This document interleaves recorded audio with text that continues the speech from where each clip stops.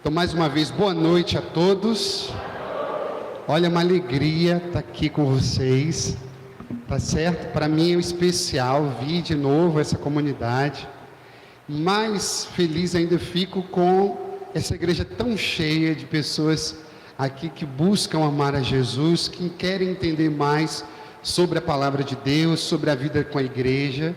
Então, eu queria, em primeiro lugar, parabenizar o Padre Leandro por essa iniciativa linda, né? Eu acho que vou até copiar do senhor, viu?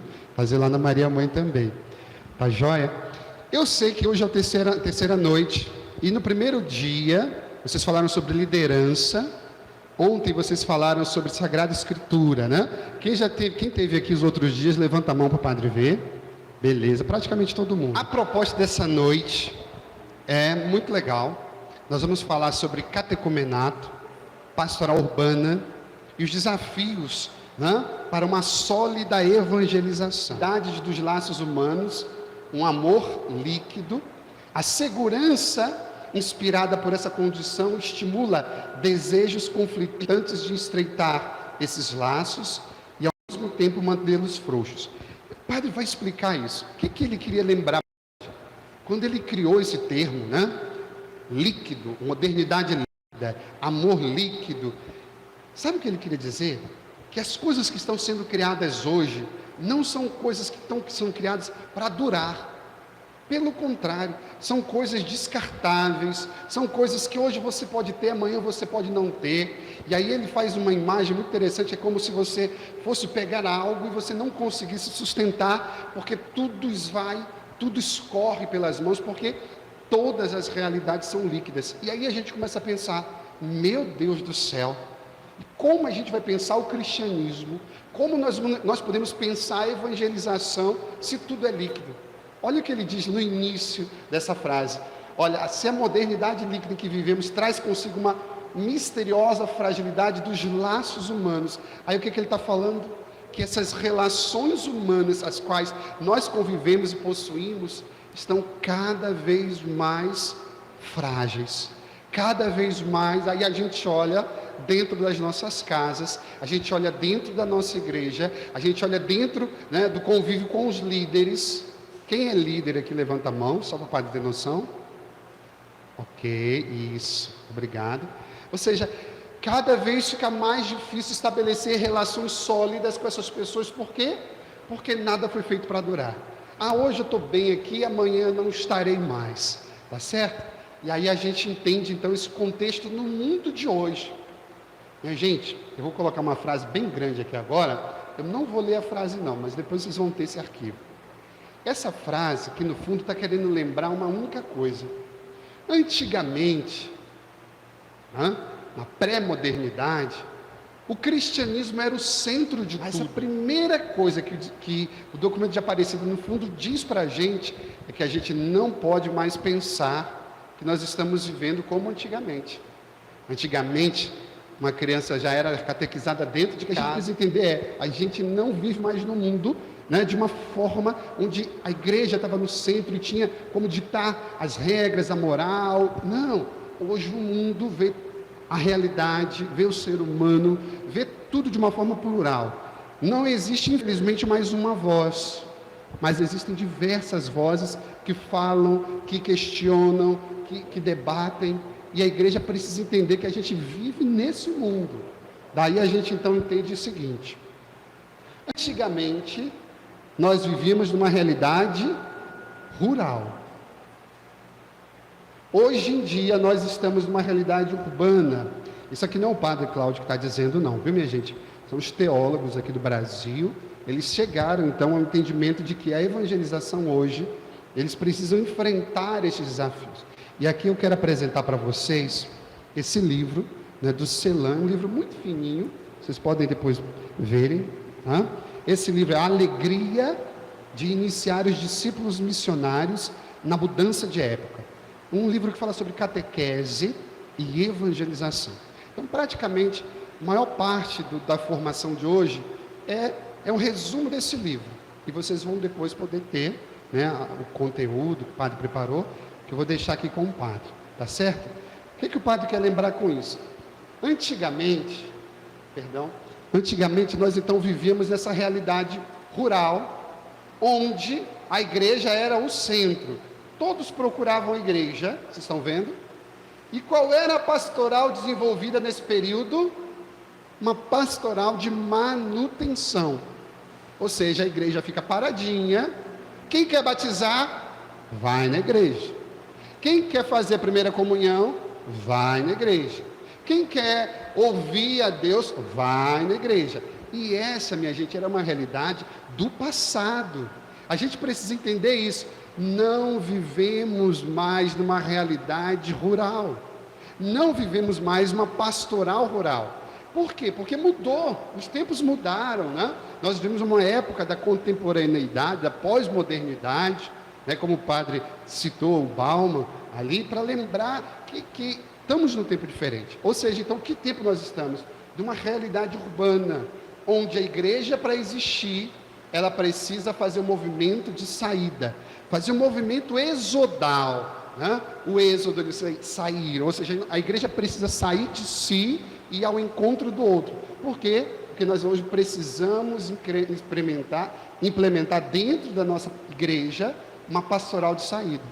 Quem vive, ou a igreja que vive, a paróquia que vive apenas uma pastoral de manutenção, é uma paróquia que precisa rever, né, os seus conceitos. Papa Francisco tem falado tanto sobre essa realidade dessa igreja em saída. Quantas vezes nós ouvimos o Papa Francisco dizer isso, né? Quantos documentos, né? O padre Cláudio cita então aqui agora a Evangelii Gaudium, que ele fala justamente nisso. Pensar numa igreja em saída é, portanto, não ter medo de rever determinados costumes, determinados preceitos eclesiais e alguns muito radicais no curso da história e eficaz em outras épocas, minha gente, mas incapazes de responder às exigências próprias do tempo presente. O que é que o Papa Francisco está dizendo? Cuidado.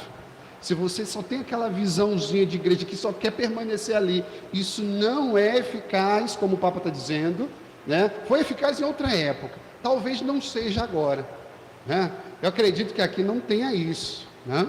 Mas você já viu, tem padres que chegam assim na igreja e dizem: ah, padre, aqui sempre foi desse jeito, né? Ou então diz assim: ah, padre, mas o padre é antigo. Misericórdia, viu, minha gente? Pelo amor de Deus. Seca essa figueira. Para de pensar assim, né? Jesus passou e falou: seca essa figueira. Deixa, ela não quer dar fruto, tem que secar essa figueira, né? Quando a gente pensa assim, a gente sempre fizemos desse jeito. Então, ah, mas o padre Beltrano fez... Gente, o Papa está lembrando que a igreja é um organismo vivo e que a gente de alguma forma não consegue mais ficar esperando as pessoas chegarem. E nós precisamos então fazer esse movimento de saída. Olha que bonito, ele usa uma outra expressão, dizendo assim: a igreja precisa ser um verdadeiro oásis para essas pessoas que vêm de encontro, que vêm buscar a presença do Cristo. Por que o Papa estava dizendo isso? Porque o Papa estava lembrando no fundo, que a gente se preocupa com tanta burocracia, com tanta coisa, que a gente acaba esquecendo de acolher. Eu fiquei muito feliz quando eu cheguei aqui. Eu fui acolhido pelos jovens, o pessoal ali da acolhida também foi muito, muito simpático, muito educado. É diferente, né, minha gente? A gente se sente bem, né? Quando a gente vai num lugar que a gente é bem acolhido. Ou seja, isso precisa ter cada vez mais. Eu já fui numa igreja, por exemplo, que eu não vou dizer o nome, que foi em outro lugar. E aí eu cheguei na igreja e fiquei me sentindo mal, porque eu nem me identifiquei com o padre, né? Mas as pessoas ficavam olhando assim, parecia que era um estranho. E não foi uma pessoa vir falar comigo para me acolher. Então a gente fica já estranho, ou seja, a gente precisa repensar muita coisa. E a primeira coisa que a gente precisa repensar, como o Papa Francisco está lembrando, é a identidade da igreja, que sempre foi missionária. A igreja precisa que as pessoas escutem o Evangelho. Se a gente ficar numa pastoral de manutenção só esperando que as pessoas venham, gente, não vai funcionar. Vou partilhar um pouquinho do que aconteceu durante a pandemia lá na igreja. A primeira coisa que o padre fez foi reunir os líderes. Eu comecei a dar formação para os líderes e sempre fazer com que eles repetissem uma coisa: aqueles aos quais a gente não pastorear, eles vão se perder. E aí, lá a gente divide por dimensão, tá, minha gente? Então tem uma dimensão espiritual. Então uma pessoa serve para animar toda a dimensão espiritual. Legião de Maria, grupo de oração, apostolado. Então todo dia já ligou para aquelas senhorinhas da Legião. Aí a gente passava o link, sabe, das missas, o link das formações que a gente dava, o link da novena de Maria Mãe. Mas e as senhorinhas que não sabiam mexer? Aí essas tinham a obrigação de ligar um por um, e passava áudio, e rezava no telefone, sabe? E a gente conseguiu fazer tudo? Não conseguimos, mas muito que a gente conseguiu, a gente vê os frutos hoje, porque a gente percebeu que houve aquela demandada onde as pessoas esqueceram de Deus, né? Agora as pessoas estão voltando, e a gente vê essa igreja aqui tão cheia. Isso mostra que houve pastoreio, houve cuidado, houve um zelo, né? Mas enfim, e aí, só para terminar então o que o padre estava dizendo, então, aquilo que o padre está fazendo hoje aqui, né, foi também aquilo que eu comecei a fazer. Vamos formar o povo, vamos pastorear. E sempre estava atento, e as pessoas que estavam em crise, que estavam doentes, a gente ligava todo dia. A gente fazia visita virtual, que a gente não podia entrar na casa, a gente chamava pelo, sabe? E era uma forma de estar perto. A catequese lá não parou. Eles, sabe, resistiram. Eu falei, não, vamos fazer um encontro virtual, mas não deixa de fazer. E a gente conseguiu terminar o crisma lá com muitos jovens. A gente não perdeu quase jovem nenhum, porque fiquei lá batendo na cabeça até que eles conseguiram e fizeram, sabe? Mas assim, não é fácil, mas a gente precisa ser uma igreja que saia em missão. Você imagina se na pandemia a gente ficasse só trancado? Imagina se a gente não tivesse transmissão, imagina se a gente não fizesse chegar na casa das pessoas as mensagens, imagina se a gente não fizesse curso, né? Então a igreja ia ficar fechada, a igreja ia morrer. Mas vamos passar aqui. Ele não chegou destruindo, ele não chegou batendo em ninguém, mas ele elogiou, e depois ele apresentou o verdadeiro Deus. A igreja precisa entender aquilo que Paulo fez. Você imagina que todo mundo ali fiel ao seu Deus, eu ouvi uma pessoa desconhecida falar de um Deus diferente? Ninguém ia querer ouvir falar do Deus de Paulo, mas Paulo, ele soube ter a sutileza, né? Que nós hoje precisamos, vivenciando uma pastoral urbana, é ter uma sutileza, se utilizar desses mesmos meios. Então vamos lá. Esse documento propõe, recomenda, em primeiro lugar, que a igreja seja capaz de atender as variadas e complexas categorias sociais. Ou seja, é só atender rico? Não, é atender o pobre. É só atender lá dentro da favela? Não, é precisar atender também no hospital. É só ir também no hospital? Não, é no presídio. Ou seja, existem diversas e complexas categorias sociais, realidades econômicas, políticas, culturais, ou seja, pobres, classe média e elites, todos devem ser abarcados nisso. Antigamente a gente ouvia muito, a igreja tem um apelo preferencial pelos pobres, e é verdade. A igreja nunca escondeu isso, mas a gente nunca esquece que não é só cuidar de uma parte, de um todo, né? Eu vou dizer para vocês uma coisa, né? Com as pessoas muito ricas, que são muito simples, parece que a pessoa nem tem dinheiro, sabe? E aquela pessoa também precisa ser cuidada, né, minha gente? Independente do que tem, do que não tem, todos precisam conhecer o Evangelho, todos. Ah, padre, eles fizeram muita maldade, estão todos presos, merecem o castigo. Gente, não é assim. Todos merecem e precisam ouvir o Evangelho. Eles dizem o seguinte também, que nós precisamos, abra-se a novas experiências, estilos e linguagens que possam encarnar o Evangelho na cidade. Isso aqui é uma foto dos jovens lá da paróquia. A gente estava lá no crisma, Aí eu estava orando pelo Cristo, falei, gente, vamos parar com isso tudo, vamos parar. E aí eu preparei 3 domingos com eles. E aí a gente fez o seguinte: primeiro domingo, formação de evangelização. Segundo domingo, formação e oração de evangelização. No terceiro domingo, minha gente, aí a gente comprou água mineral, colocamos adesivo, compramos os balões, sabe? Para dar para as crianças que passavam com uma mensagem.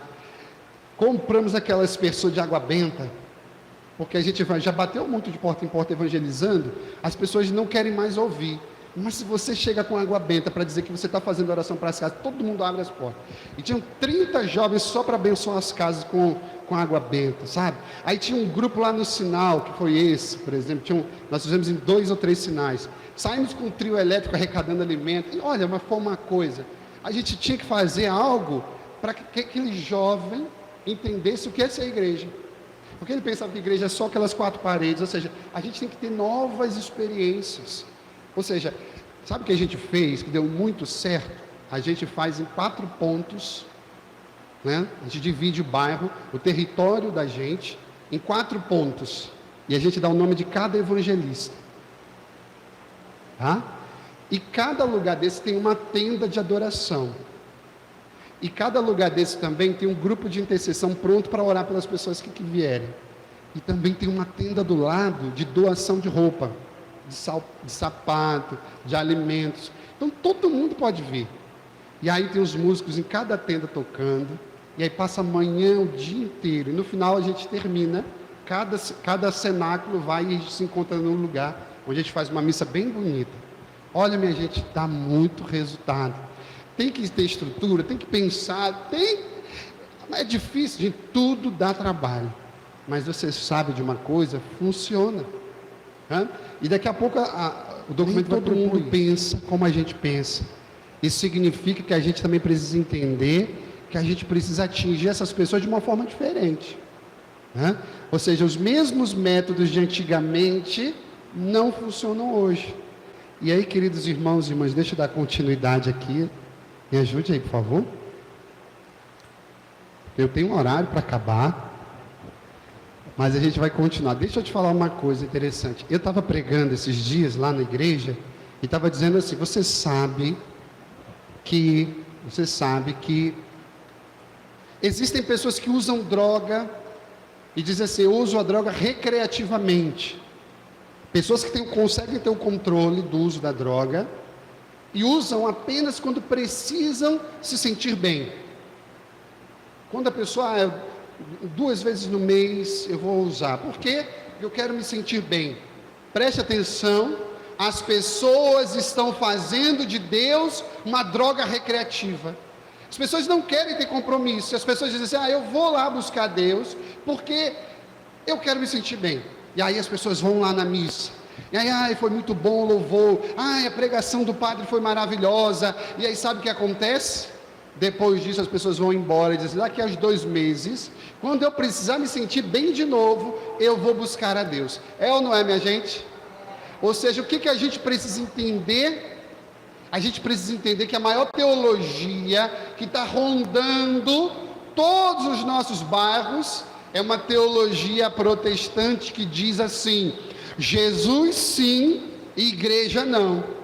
Jesus é legal, mas não precisa ter igreja. E a gente tem um grande problema com isso, sabe por quê? Porque cada vez mais as pessoas não estão se comprometendo, porque acham até a mensagem de Jesus legal, mas essa história de ser igreja não é legal. E a gente tem que tomar cuidado. Por quê? Porque é a barca de Pedro que trará salvação para nós. Assim como Noé, na barca de Noé, aqueles que estiveram se salvaram. Aqueles que estiverem na barca de Pedro também se salvarão. E aí a gente então tem que gritar para o mundo que Deus não é uma droga recreativa, mas que a gente precisa amá-lo, e que a gente precisa ser igreja, e que a gente precisa fazer com que as pessoas experimentem dessa forma.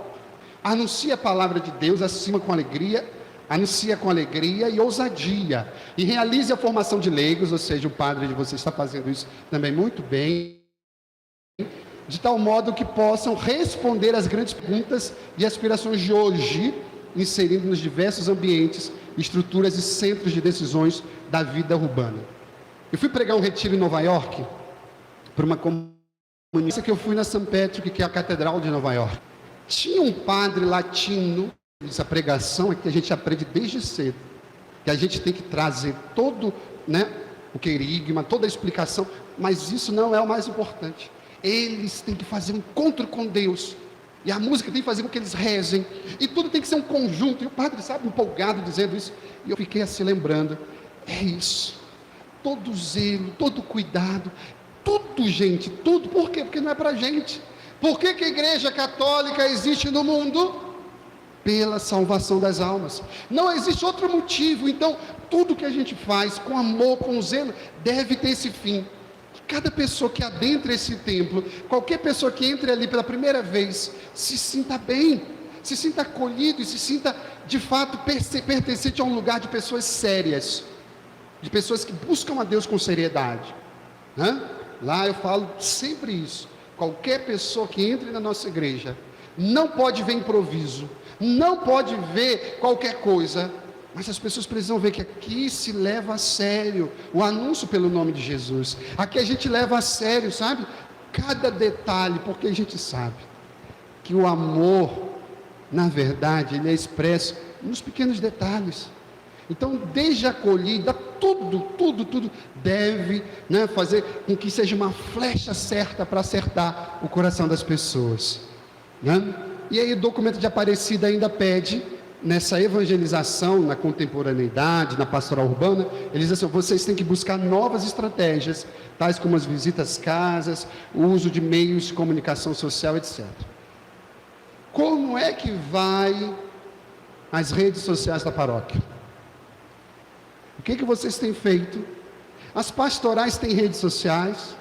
Vocês estão... Porque assim, se você está só aqui dentro, você não chega lá fora. Se você tem lá, por exemplo, a entrega das bolsas, dos vicentinos aqui para os pobres, quem é da Pascom publica aquilo, sabe? Aquilo ali é Jesus chegando às pessoas, e aí as pessoas lá fora que estão conectadas vão ver, cara, olha que interessante. Chega um dia na catequese, e aí depois, com o passar do tempo, formar uma equipe legal, aí a gente já vai pegar essa equipe e vai falar qual é a identidade visual da paróquia. Ou seja, vai deixar de postar qualquer coisa, e agora a gente vai fazer dentro de critérios que faz parte da essência e da identidade da comunidade Bom Pastor. Você entende o que o padre está dizendo? Ou seja, as missas conseguem já ser transmitidas, é uma tarefa. Ou seja, eu falo isso para o pessoal, nós já temos 10 anos de gravação. Eu falo assim, eu gostaria muito de nascer daqui a 100 anos, por exemplo. Eu vou ter muito orgulho dessa igreja, porque quem nascer daqui a 100 anos vai poder olhar um vídeo de missa, de pregação, de formação, de ver como era a vida da igreja. Você já imaginou isso? Pena que nós não temos condições, mas eu adoraria ver os cânticos, as novenas, de 100 anos atrás. Ou seja, a gente precisa perpetuar esse cuidado pelo nome de Jesus. Por quê? Porque o mundo está como aquele vídeo. Qualquer um acredita no que quer, ninguém leva a sério. Ou seja, o mundo é dessa forma. Então nós precisamos deixar, não simplesmente fazer qualquer coisa, mas a gente precisa deixar o legado do cristianismo. A gente precisa sair desse lugar, chegar aos corações, e a gente tem que propor. Minha gente, Neymar, Messi, Cristiano Ronaldo, eles fazem gol todo dia? Não, não fazem gol todo dia. O cristianismo, você, na sua pastoral, vai acertar todas as vezes? Nem sempre. Você vai dizer, padre, eu estou desanimado com a minha estrutura da minha pastoral. Querido, nem sempre você vai conseguir chegar no seu objetivo. Lembra disso. Neymar, Messi, Cristiano Ronaldo são os melhores jogadores. Nem sempre eles fazem gol todo dia. Ou seja, talvez nem sempre você consiga ter aquele resultado que a tua pastoral espera. Mas você tem que tentar. Você tem que motivar as pessoas. Você tem que fazer isso que o padre está fazendo aqui, formação. E aí você fazer a ação e a oração em conjunto, senão não dá certo. Tá certo? Então vamos lá, então tem que buscar essas novas estratégias, não tem que ter medo, não pode ter medo. Vamos fazer a missa lá na praça. Por quê? Porque de alguma forma, as pessoas que nunca passaram por essa rua vão entender que existe uma igreja católica. A gente vai fazer um círculo em 4 lugares aqui de oração. Vamos começar com o texto da misericórdia, que é algo mais simples. E aí você faz de novo no 2º mês. No 3º mês vai ter gente nova lá esperando. Então a gente tem que se ligar, minha gente, que Se a gente não fizer nada, nada vai acontecer. Eu lembro até hoje, eu disse assim, minha gente, vamos colocar mais uma missa, porque a minha igreja é muito pequena. Apesar de ser pequena, a gente consegue colocar 400 pessoas sentadas. Mas eu falei assim, já tinha muita gente, eu falei, gente, está precisando abrir mais uma missa. Vamos abrir a missa das 11. E aí eu fiz, você acha que o padre simplesmente já vou fazer a missa das 11? Eu não. Eu fiz um mês de missão, todo sábado a gente ia para as casas, todo sábado, cada dia a gente botava, um sábado a gente dava um adesivo, sou feliz por ser católico, no outro a gente dava um crucifixo, no outro a gente dava um cartão da paróquia, cada dia eu sei, minha gente, a gente fez a propaganda, e fomos um mês. Quando eu falei assim, eu vou celebrar a missa das 11, vai ter talvez uma pessoa, 2, 6 bancos. Depois de um mês, a igreja estava cheia, todas as missas, inclusive a missa das 11. Ou seja, tem que fazer alguma coisa, o que você não pode é ficar de braço cruzado. Você tem que lutar para aquilo que estava dizendo ali, ó, busque novas estratégias, visita as casas, faz uso de meio de comunicação social, etc. Tá bom. E aqui a gente termina com as determinações do documento de Aparecida. Diz assim, um estilo pastoral, a igreja precisa ter um estilo pastoral adequado à realidade urbana, com atenção especial à linguagem, às estruturas, práticas pastorais, assim como os horários. Não dá para celebrar a missa naquela hora. Como por exemplo, olha, na Zona Sul tem missa 9 da noite. Se você botar 9 horas da noite na minha paróquia, talvez não vá ninguém. Aqui também não é? Porque aqui as pessoas têm mais medo. Mas na Zona Sul todo mundo tem uma vida ativa, não sei o que. O tempo que eles têm no domingo à noite é 9 da noite para ir na missa. Na Barra da Tijuca tem um amigo nosso que a missa dele é 8 da noite. E é assim de gente. Lá, por exemplo, na paróquia do nosso amigo Padre Cláudio, lá de Vila Quênia, ele cortou a missa da noite. Então agora a missa 5h30 ou 6 horas da tarde. Porque da violência. Então a gente tem que ter essa sensibilidade e ir adequando as coisas para que funcione. A gente tem que fazer com que funcione as coisas. Tá bom? Vamos lá. E agora a gente então vai falar um pouco sobre a parte do catecumenato, né? Como o padre pediu, a gente falasse sobre catecumenato e pastoral urbana, os desafios do mundo de hoje. Nós falamos um pouco da pastoral urbana e agora a gente vai falar um pouco sobre a pastoral, a catequese em si. A catequese a gente sabe que é a tarefa primordial da nossa igreja, porque a gente tem como objetivo, o objetivo do catecumenato, da catequese, é formar discípulos. Quem aqui, eu não precisa levantar a mão não, mas eu sei que você já ouviu. Venha para o curso de catequese. Eu já ouvi muito isso, o curso de catequese. Aí você forma, parece que no finalzinho você dá um diploma. Não, a gente não pode formar ninguém para dar um diploma no final do crisma, a gente não pode dar um diploma no final da catequese de adultos, a gente não pode dar um diploma no final da catequese infantil. Quando ele chegar no final da catequese, ele precisa ser discípulo. Preste atenção, uma catequese não existe para dar um curso e no final um certificado, mas ela existe para fazer discípulos. Nunca se esqueça disso. Depois a gente tem que entender, então, é necessário uma renovação na catequese, no modo de ser catequista. E aí a gente entende que existe uma grande diferença entre o introdutor, ou seja, aquele leigo que vai acompanhar o período daquele que chega hoje, né? Porque existe essa realidade. Ah, padre, existe uma turminha bonitinha, fechadinha, que começa em janeiro e termina em dezembro? Tem. Mas também existe aquela realidade de pessoas que vão chegando na comunidade ao longo do ano e elas são acolhidas por introdutores, ou seja, pessoas que vão dar formação, pessoas que vão rezar com ela, pessoas que vão ouvi-las. Então existe uma grande diferença entre esse introdutor, que ele ajuda a fazer a experiência de Deus, de um professor. Antigamente, quando era criança, né, a catequese você ia lá para a titia Teteia. E a titia senta, abre o livro, dever de casa. As crianças já estão cansadas disso, minha gente. Lá no ano passado a gente fez ainda catequese presencial. Mesmo no meio da pandemia, a gente pegou aquela galera grande da primeira comunhão. Sabe o que a gente fez? Ligamos para todos os pais e dizemos assim: temos um salão grande na paróquia. Temos 100 crianças para fazer a primeira comunhão. Nós vamos fazer 10 turmas. E eu quero que você que é pai venha ver se está bom ou não está bom. Aí um salão desse tamanho aqui, mais ou menos, a gente botou bem espaçado, sabe, as cadeiras, botou todo aquele cuidado do álcool em gel, com termômetro. Aí os pais vieram, a gente mandou as fotos, aí os pais vieram para ver se estava seguro o lugar, sabe? Aí viram, não, rapaz, tá legal, tá jóia. Aí a gente teve mais trabalho. Aquela que era 3 turmas, 4 turmas, se transformou em 10 turmas. Ou seja, tem que ter gente para fazer isso, tem que ter. Mas foi o que a gente conseguiu. E aí a gente dividiu aquilo que era um dia só de fazer primeira comunhão, a gente dividiu em vários dias de primeira comunhão. Por quê? Porque a criança podia trazer seus familiares e tudo mais. Ou seja, então a gente tem que entender que a gente não está mais naquela época de tinha um professor e tal. Você é um introdutor, você é aquele que vai fazer com que as suas crianças, os seus jovens, os seus adultos tenham uma experiência de Deus, conheçam a Deus, se encantem pela vida de Deus e saiam dali no final como discípulos. O maior desafio então para o catequista de hoje é ele precisa antes de educar na fé, eles precisam assegurar a experiência de fé. Porque a gente sempre coloca isso na cabeça. Catequese é você dar o conteúdo. Gente, não é dar conteúdo não. A gente está lendo ali agora, o maior desafio é, antes de dar o conteúdo, ou seja, antes de educar na fé, fazer a experiência. Eu falo muito com a catequese de crisma jovem. Eu falo para vocês, primeiro que a gente não dá encontro. O primeiro encontro é um retiro. Só para vocês terem noção.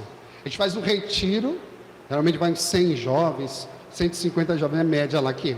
Retiro do amor de Deus. Aí tem a peregrinação querigmática do amor de Deus. Depois o segundo momento é um testemunho do amor de Deus. E de tarde é um batismo no Espírito Santo. A gente já começa fazendo com que ele tenha uma experiência com Deus. Aí a gente explica a experiência de Deus, a experiência do batismo no Espírito Santo. E aí a gente começa a orar. Ou seja, todos os meus líderes do Crisma sabem que existem esses 2 pilares. O de educar na fé e o de levar a experiência da fé. Um não caminha sem o outro. Não pense que dar catequese, que fazer o crisma é passar conteúdo. Minha gente, ele pode entender aqui, mas sem levar para aqui não funciona. Por que muita gente entra no crisma e quando termina o movimento, vai embora e nunca mais volta? Porque ele aprendeu bem aqui, mas aqui ele não chegou. Isso significa que o desafio do catequista é fazer com que ele experimente a fé e também ele seja educado na fé. Eu quero falar uma frase interessante de Paulo VI, São Paulo VI. Eu queria que você lesse comigo. Vamos ler juntos? Dá para ler de trás? 1, 2, 3, leia. O homem contemporâneo escuta melhor as testemunhas do que os mestres.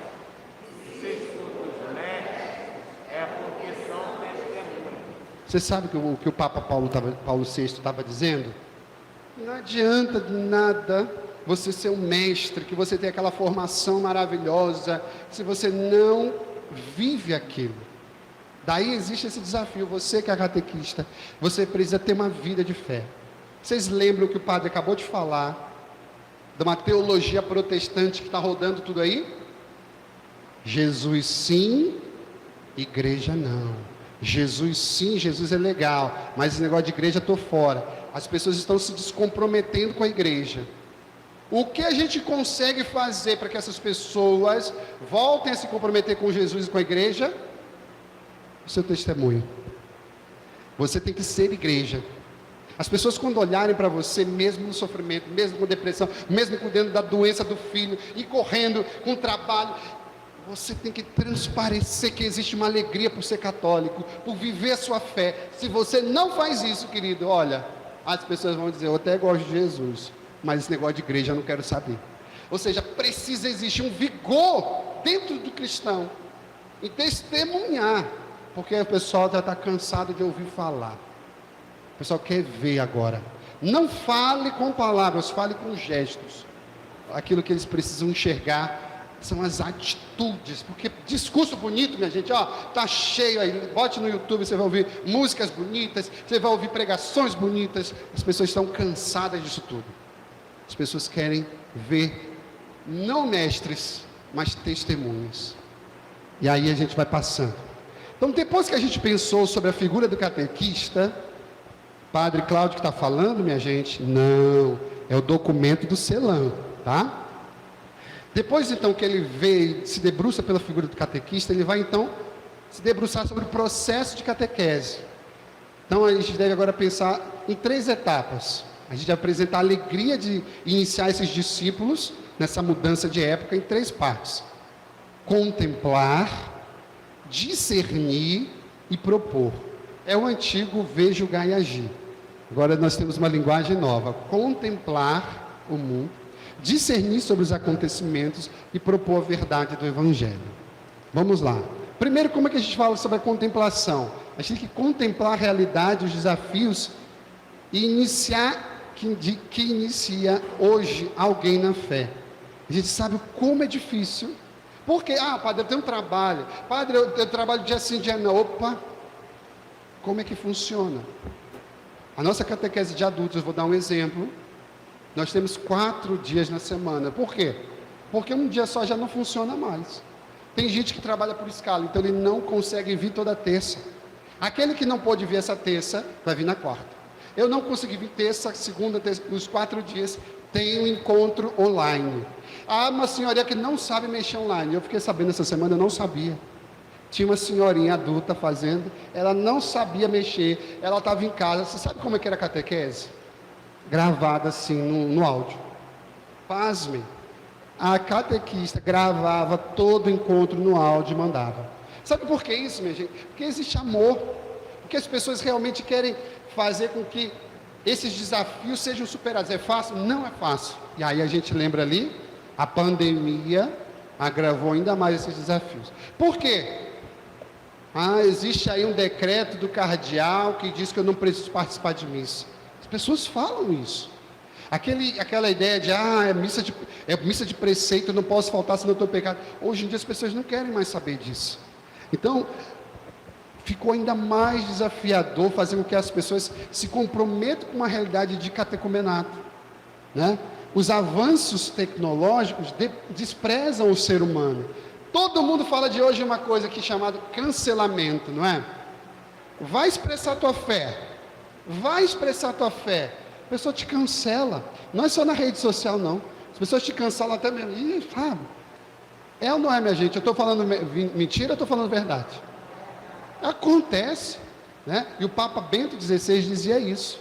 O cristão que é testemunho de verdade, ele vai passar por isso. O Papa Bento dizia que ele, para ser fiel, ele ia experimentar o afastamento e o isolamento das pessoas. Ou seja, ele não sabia que existe esse termo, mas ele já estava falando do cancelamento, tá certo? O Papa já está falando do cancelamento. Vamos lá. Então a gente voltar aqui rapidinho, contemplamos a realidade, os desafios, ou seja, não é fácil, e a gente então vai discernir essa crise na transmissão de fé e de valores. Por quê? Porque hoje em dia a família está em crise, né? As instituições estão em crise. Como que a gente vai então discernir? Preste atenção. A gente está falando do processo de transmitir a fé. A gente tem que pensar que a gente corre o risco, minha gente, de perder as nossas principais referências e de não transmitir às novas gerações tudo que a gente aprendeu. Isso é um problema e a gente tem que ter um cuidado, porque senão a gente vai passando e vai esquecendo. Eu briguei com um padre. Vou te falar para você, tem um padre meu amigo, que ele disse que não ia rezar via sacra, que na sexta-feira ele ia fazer retiro quaresmal. Eu briguei com ele, falei, você tome vergonha, porque a gente não pode perder um costume tão antigo da nossa igreja, a gente não pode perder, a gente tem que vivenciar isso. Aí você que é cristão, você não pode deixar isso perder.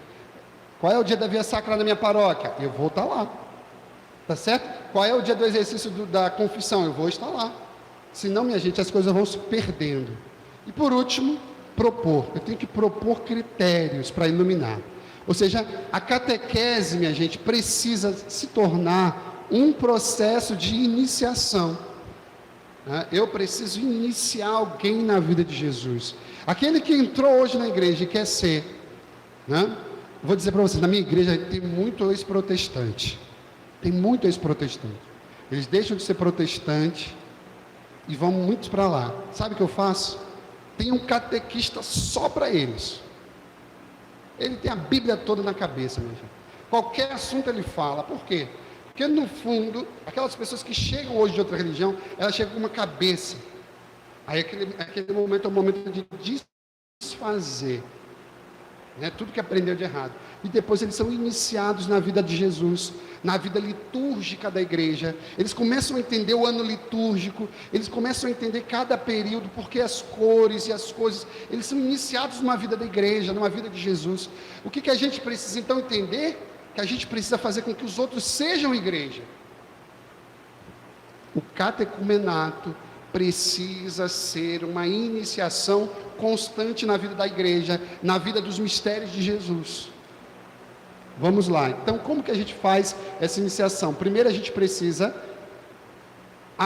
ajudar com que o homem contemporâneo, centrado só em si, encontre com Cristo. Posso dizer por que cada vez mais estão sendo superficiais as nossas celebrações litúrgicas? Porque as pessoas não conseguem se abrir para o Evangelho. As pessoas estão tão preocupadas consigo.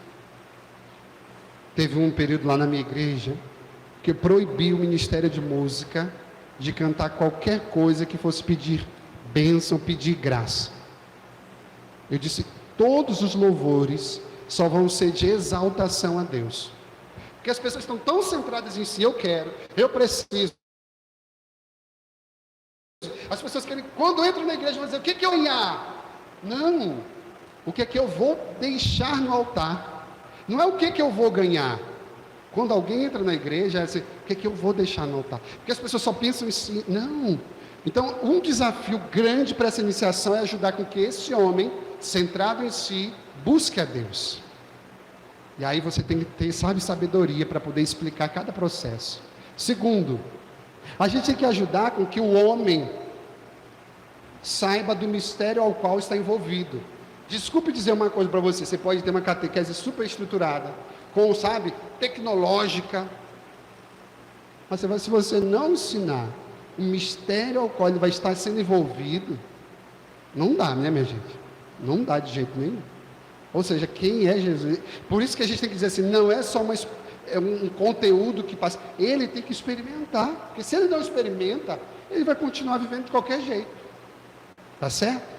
Então o catecumenato, em resumo, em resumo, já estou terminando, viu minha gente? Em resumo, ele é um anúncio do querigma, né, dos principais pontos de fé, pecado, né? Deus criou o mundo, Deus ama o mundo, o homem caiu, a reconciliação, enfim, batismo no Espírito, vida em comunidade, todo esse catecumenato, e também o encontro com Cristo. São essas duas realidades. Anúncio, o conteúdo e a experiência. Então, a gente precisa fazer da catequese uma verdadeira formação que comprometa toda a vida da pessoa. Ou seja, a gente viu um pouco sobre os desafios da pastoral na atualidade, a gente viu um pouco sobre a figura do catequista e como fazer a catequese. Vou fazer duas coisinhas para você agora. Primeira coisinha que eu queria falar para você é uma história. Queria contar uma história para vocês, que vocês vão entender exatamente onde o padre quer chegar. Um dia, um rei viu que a sua filha estava ficando velha, ficando para a titia. Ele falou assim, meu Deus, eu tenho que casar minha filha. Só que o reino dele era muito pequeno. E o que esse rei fez? Ele reuniu todo o povo na frente do castelo e disse assim, a minha filha vai casar. Todos aqueles que quiserem ser pretendentes, coloquem o nome agora, e vocês vão ter 3 meses para conquistar o coração da minha filha. Preste atenção, minha gente. Quem foi o primeiro a dar o nome?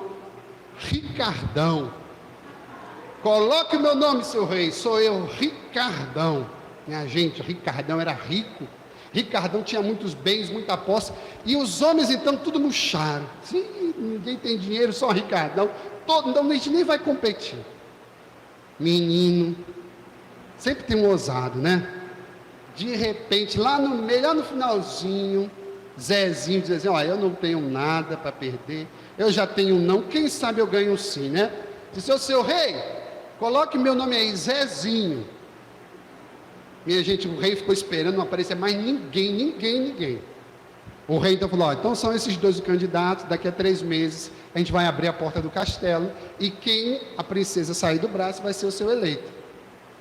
No dia seguinte, quando a princesa acorda e coloca o pé, sai da cama e coloca o pé no chão, de repente ela toma um susto, tinha um mar de rosas, coisa mais linda, e ela viu que tinha um bilhete, e aí ela pegou aquele bilhete e tinha escrito assim, princesa, você é a coisa mais linda desse mundo, o seu cheiro é mais perfumado do que os das rosas, a tua beleza é mais profunda e exuberante do que, e aí começou a falar, assinado Ricardão. Ele estava com dinheiro, ele tinha dinheiro. No dia seguinte, quando a princesa abriu a janela do seu quarto, ela viu um avião passando, e atrás do avião tinha uma faixa tremulando, bonita demais, estava escrito, princesa, você é a razão da minha vida, você é a minha alegria, assinado Ricardão, ele que tinha dinheiro. No dia seguinte, a princesa foi na praça, minha gente, olha, aqueles trios de Ivete Sangalo, grandões assim, de repente, quem estava em cima do trio, dizendo assim, eu estou aqui para declarar o meu amor, princesa, você é isso, e aquilo outro. Quem é que estava em cima do trio, minha gente? Ricardão. No dia seguinte, Zezinho falou assim, eu vou pular aquela cerca lá do palácio, e vou jogar uma pedra lá na janela da princesa para ver se ela sai. E aí ele pulou a cerca com medo de ser preso. Ele pegou uma pedra e... Gente, a princesa saiu. A princesa viu que era Zezinho. Zezinho deu um tchau e saiu correndo. No dia seguinte de manhã, a princesa foi acordada com uma pedrinha de novo. Quando ela saiu, quem estava lá embaixo? Zezinho. O que a princesa fez? Desceu. Quando a princesa desceu, Zezinho saiu correndo com medo. No dia seguinte, quando Zezinho foi jogar a pedra, jogou a pedra, a janela já estava aberta, a princesa tomou uma pedrada na cabeça. Minha gente, ele ficou todo preocupado, a princesa desceu, eles começaram a conversar. No dia seguinte, ele não precisou jogar a pedra, quando ele pulou a cerca, a princesa já estava lá. Deu um sorrisinho daqui, um sorrisinho de lá, isso que eles começaram a conviver. Preste atenção. No dia seguinte, Zezinho foi e conversou mais. E naquelas conversas, Zezinho estava aprendendo do que a princesa gostava. Ele foi inteligente, minha gente. Ele estava entendendo o que ela gostava e o que ela não gostava. Ele começou a fazer as coisas que ela gostava. Preste atenção.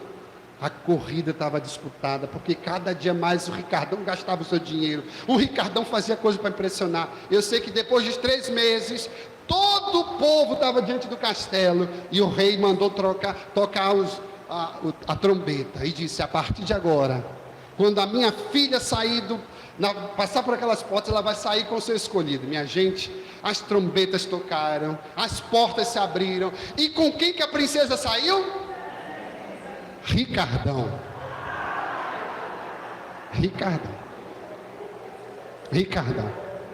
Saiu com o Ricardão. E disse, o povo estava igual a vocês. Ele disse, não, peraí, silêncio. E aí fez aquele silêncio imenso. E ela disse assim, olha, eu quero dizer para vocês uma coisa. Eu trouxe o Ricardão aqui, porque eu precisava dizer isso olhando para ele. Eu estou impressionado com tudo que ele fez. Gente, ele subiu em trio, ele botou avião, ele fez tudo que ele tinha de recurso para falar de mim.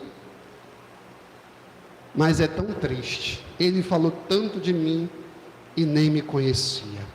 Por isso, o meu escolhido é Zezinho. Vem cá, Zezinho. Aí Zezinho saiu pulando, feliz, e foi dizer assim, esse aqui é o meu escolhido. Por quê? Porque ele buscou entender quem eu sou e saber das coisas que eu gosto. Sabe, minha gente, a gente está aqui em uma semana de formação e está sendo tão bom a gente entender sobre a liderança, sobre a Sagrada Escritura, sobre os desafios atuais da catequese, da pastoral urbana. Mas a gente sabe que no fundo, a gente não pode só falar daquele que a gente ama. A gente tem que ter essa experiência. A experiência de Zezinho, que não tinha muito para oferecer, se parece com a nossa. Mas Zezinho tinha um amor e a bondade de querer chegar junto, de querer estar perto, de ouvir. Os desafios da nossa igreja precisam disso. O seu padre precisa disso, de que você seja capaz de chegar perto e procurar entender e procurar saber o que é importante. É assim que a gente faz com Jesus, é assim que a gente faz com a igreja. Eu termino mesmo com esse desenho animado. Eu tenho certeza que não é da minha época, mas eu já vi alguns. Não que eu seja velho, mas eu sei que muita gente já viu esse desenho do Snoopy e do Charlie Brown. Quem já viu esse desenho, levanta a mão. Isso, ok. Essa é uma coisa muito interessante. Um dia, Snoopy ficou surpreso em ver Charlie Brown com arco e flecha. Sabe o que ele estava fazendo? Ele pegava uma flecha, mirava para qualquer lugar e soltava. Depois que a flecha acertava um alvo, ele ia lá e pegava. Presta atenção, olha para o padre. Ele desenhava o alvo onde ele acertava. Depois ele mirava em qualquer lugar, ia lá e desenhava o alvo certinho. Depois ia de novo. Gente, Snoopy ficou chateado. O que está acontecendo? Ele: eu nunca erro o alvo. E aí então o Snoopy chamou ele para sentar. Vamos sentar aqui em frente ao mar, que eu quero te falar uma coisa. Para de se enganar. Você precisa ter coragem de enfrentar os erros, de treinar mais, de se esforçar, porque um dia você atinge o alvo. Eu acho que essa mensagem é a mensagem da noite de hoje. A gente não pode ter medo de errar o alvo. A gente sabe que a gente vai precisar se esforçar, que a gente vai ter que repetir muitas coisas até acertar o alvo. Porque esse, de fato, é o desejo do nosso Papa. Eu prefiro, vamos juntos? Prefiro uma igreja acidentada, ferida e elameada por ter saído pelas estradas, a uma igreja enferma pelo fechamento e a comunidade de se agarrar às suas próprias seguranças. Então eu termino dizendo isso. Não tenha medo de acertar o alvo. Seja como aquele Zezinho, que chega junto, que quer saber, né? Que conhece, não é simplesmente aquele que fala, mas aquele que ama e que sabe das vontades de seu Deus. Essa semana seja uma semana muito frutuosa para vocês, tá bom? E muito obrigado mesmo pela atenção de todos.